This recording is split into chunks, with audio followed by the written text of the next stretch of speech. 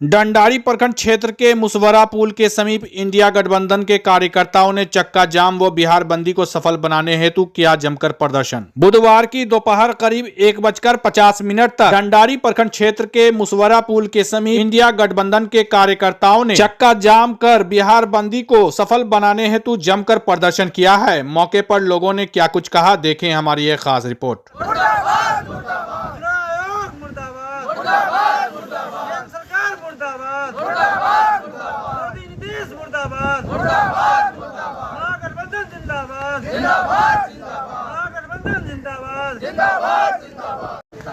यह विशेष बढ़ावा देने का काम करते हैं नरेंद्र मोदी।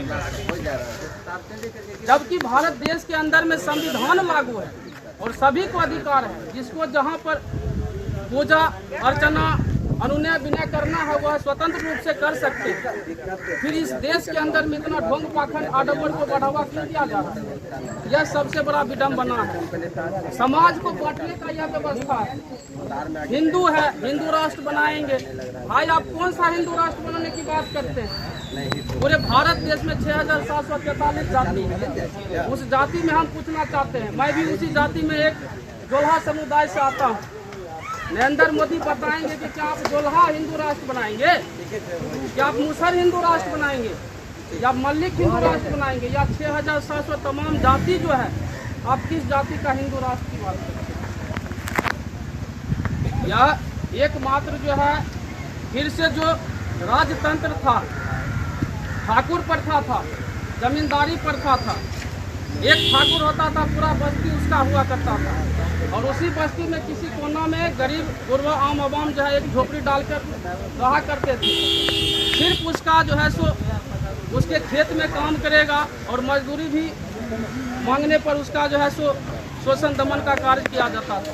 यही व्यवस्था जो है पूरे भारत के नरेंद्र मोदी थोपने वाला है। नरेंद्र मोदी शायद यह भूल चुके हैं कि भारत जो है क्रांति वीरों का धरती है, और ये वही भारत है जहाँ पे चंद्रशेखर आजाद, भगत सिंह, सुभाष चंद्र बोस जैसे क्रांतिकारी शहीद हो गए इस देश के लिए। मातृभूमि की रक्षा सबसे बड़ा धर्म होता है। आज यह नरेंद्र मोदी भूल गए। आज आप देश में मुस्लिम को एक कटघरे के तहत अलग करना चाहते हैं, हिंदू को अलग करना चाहते हैं, सिख को अलग करना चाहते हैं, ईसाई को अलग करना चाहते हैं। फिर संविधान किस बात का है?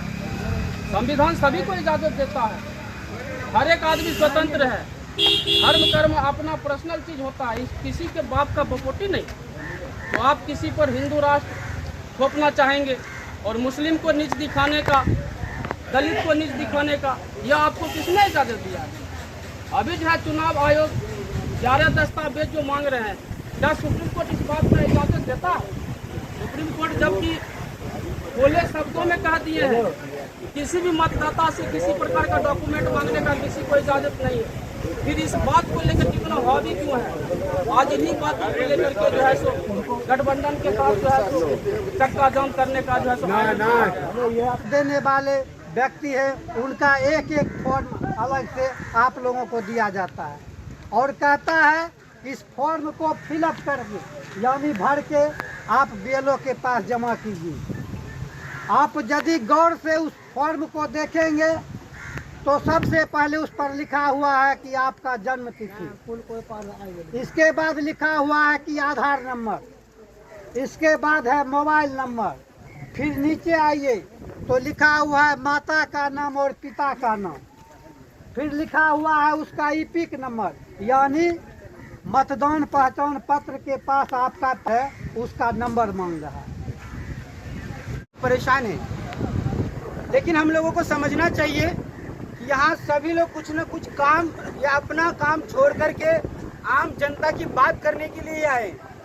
यहाँ इन व्यक्तियों का, हर व्यक्ति का कोई अपना निजी स्वार्थ नहीं है, सामूहिक स्वार्थ है। तरीके से केंद्र सरकार व राज्य सरकार एक के बाद एक जन विरोधी नीतियां लागू कर रही है, और ऐसे समय में लागू कर रही है जब जनता लॉकडाउन में घर के अंदर थी, वो बाहर नहीं निकल सकती थी, संसद में चर्चा बहस नहीं हो सकती थी, विधानसभा में चर्चा नहीं हो सकती थी।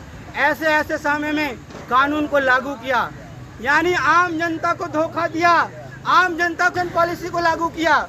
ये कब हुआ? 2020 में एकदम से, ये जब लॉकडाउन था तब ये लाए और इसको लागू कर दिया। बताइए क्या ये लोकतंत्र है?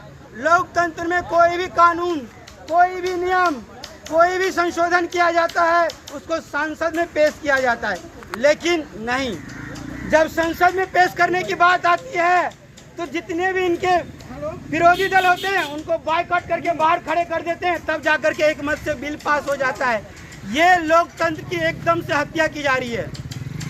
यही नहीं, आपको पता होगा 2008 में ही एक कानून आया था, जो WTO की बैठक जो हांगकांग में हुई थी उसी में तय किया गया था कि देश के 181 सेवा क्षेत्र, जिसको कहते हैं बिजली, पानी, स्वास्थ्य, स्कूल, ये सारा चीज होगा, उस सबको प्राइवेट किया जाएगा। ये आज से ही नहीं चल रहा है, ये लंबे समय से प्रक्रिया चल रही है और एक एक करके आपका प्राइवेटेशन हर चीज को किया जा रहा है। अभी आप देख रहे हैं बिजली का प्राइवेट हुआ, इससे पहले बिजली आती थी, हर घर में रेड लाइट का बल्ब जलता, 100 वाट का बल्ब जलता था, फिर भी सभी लोग बिजली चुकाने में सक्षम थे। आज आप वो एक बल्ब की जगह पर 10 बल्ब जला सकते हैं, LED लाइट, फिर भी आप बिजली चुकाने के सक्षम नहीं हो पा रहे। क्यों? क्या बिजली ज्यादा खपत हो रही है? बिजली आपकी कम खपत हो रही है, लेकिन इसको महंगा कर दिया गया है।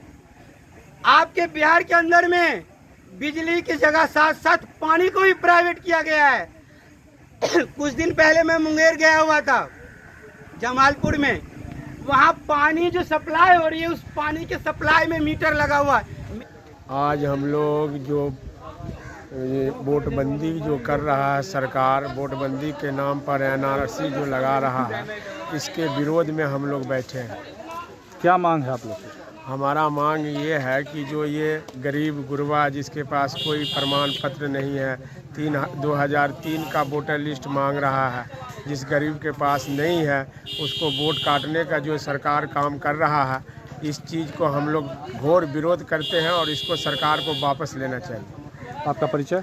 समाज सेवी मोहम्मद समद डंडारी। हड़ताल के लेकर यही कि ये जो सरकार की जो नीति है, ये नीति अपना वापस ले, और हम लोग जिस तरह से गरीब जनता वोट सब दिन देते थे उस ढंग से देते रहेंगे।